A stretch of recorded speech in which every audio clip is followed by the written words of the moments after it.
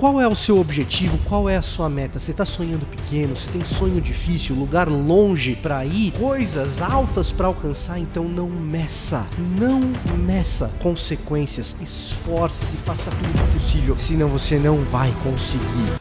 Faz isso não vai nessa. A Bíblia, com frequência, ela é o anti-coach.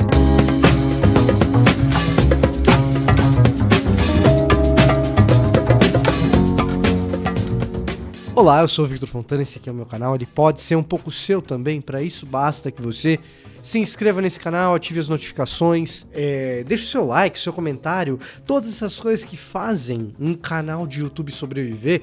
Se você faz por aqui, chega mais conteúdo para você, bonitão. Inclusive, você pode se tornar um dos membros aqui do canal, que não vai te dar nenhum privilégio sobre os outros para conquistar seus objetivos, mas vai te dar sim algum tipo de conteúdo extra. Isso você vai ter, tá? Mas eu queria falar com você sobre esse lance de não medir esforços, não medir consequências. Meça bastante. Pense antes de fazer, pense antes de falar, coloque no papel e, sobretudo, na hora de colocar no papel, não coloque apenas prós e contras, mas um negócio que a gente fala na economia que chama externalidades. Vitor, do que você está falando, cara? É o seguinte, olha só. Todos nós, nas nossas vidas, temos, sim, objetivos, metas que são difíceis de serem alcançadas. Metas de longo prazo, que exigem grande esforço, que exigem disciplina, resiliência e ouvir de alguém que vai injetar ânimo em você para cumprir aquela tarefa dura, difícil. Acredite em você mesmo, você consegue, não meça esforços, vai e tal. Tudo isso bota a gente para cima para fazer aquelas coisas. Só que o texto bíblico convida a gente a olhar para esses grandes projetos, recuar e falar o seguinte: prós, contras e, na linguagem, claro, do tempo atual, externalidades. Na Bíblia você não vai ter nem prós, nem contras, nem externalidades. Quem está falando disso para vocês sou eu interpretando o texto. O que eu estou querendo dizer com isso? Claro, você está se envolvendo num projeto, tem todas as vantagens de um projeto, você está se envolvendo naquele projeto, você tem todas as desvantagens e riscos que aquele projeto apresenta, e além dessas duas coisas, tem quem ganha e quem perde uma vez que eu conquisto o meu objetivo. Para além de mim mesmo, quem são as pessoas que são beneficiadas pela meta que eu atingir? Uma vez que eu atingir aquela meta, quem é beneficiado?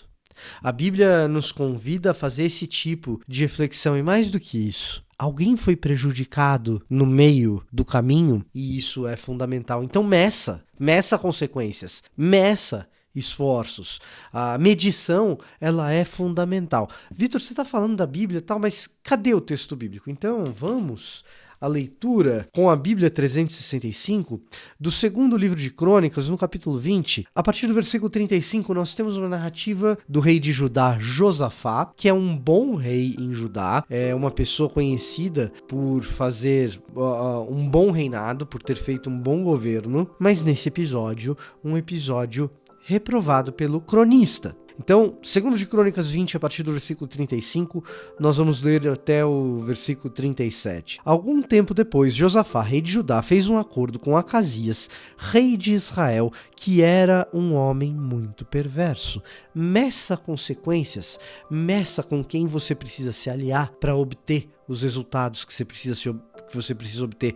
Você pode, sim, cair numa bela de uma enrascada, você pode perder todo o seu investimento. Vamos continuar a leitura. Juntos construíram uma frota de navio mercantes. E se você estiver lendo na NVT junto comigo, você vai ter uma nota de rodapé aí, um Bzinho que joga você para uma nota de rodapé que vai dizer o seguinte: isso aqui pode ser traduzido diferente, tá? Então, se você for lá embaixo, no versículo 36 da nota de rodapé, diz, em hebraico, navios que podiam ir para Tarsis, navios capazes de ir até Tarsis. que era lá no sul da Espanha, atravessando o Mediterrâneo inteiro. Então, esses navios são navios que exigem um grande esforço para serem construídos. Esforço financeiro, esforço de engenharia. Meça esses esforços antes de saber se você precisa realmente construir esses navios. Porque o tradutor nosso aqui, ele fala frota de navios mercantes e não frota de navios para Tarsis. Por quê? Provavelmente o nosso tradutor aqui da NVT interpretou junto com o cronista, talvez incluir a informação de Tarsis aqui leve o leitor a uma confusão, porque esses navios não iam para Tarsis. O relato similar aqui de Crônicas lá em 1 Reis, esse relato ele nos dá a informação de que esses navios estavam sendo construídos para irem para Ofir, em alguma região ali no Mar Vermelho, ou seja, não precisava ser um navio tão poderoso, capaz de atravessar uma distância tão longa quanto ir da costa israelita, da bacia do Mediterrâneo, até praticamente o Oceano Atlântico, atravessando todo o Mar Mediterrâneo. Seria um percurso muito mais curto. Por que então fazer navios tão grandes e tão poderosos? Porque eles iam até Ofir buscar ouro.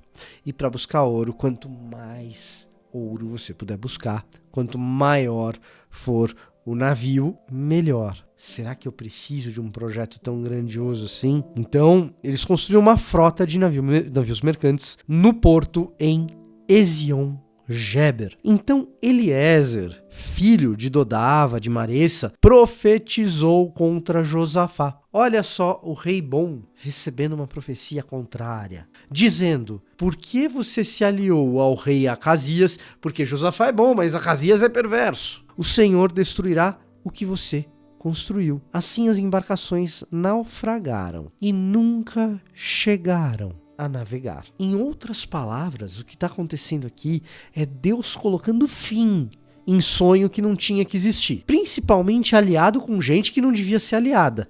Mas ainda, possivelmente, propagando a crueldade de Acasias com seus próprios súditos. Você pega um rei ruim, está fazendo uma grande obra, uma obra enorme, um rei cruel que está numa grande obra de infraestrutura, construindo grandes navios. Como que você acha que eram tratados os trabalhadores nesse estaleiro, no porto? Esse tipo de projeto cruel, ele não tem porquê Deus abençoar, pelo contrário. Ele fala: Josafá, olha só, para o seu legado não ficar totalmente manchado, antes mesmo desse negócio começar, vai naufragar no porto. Vai naufragar no porto. Isso é misericórdia de Deus. Plano errado, quando Deus é misericordioso, ele destrói no começo.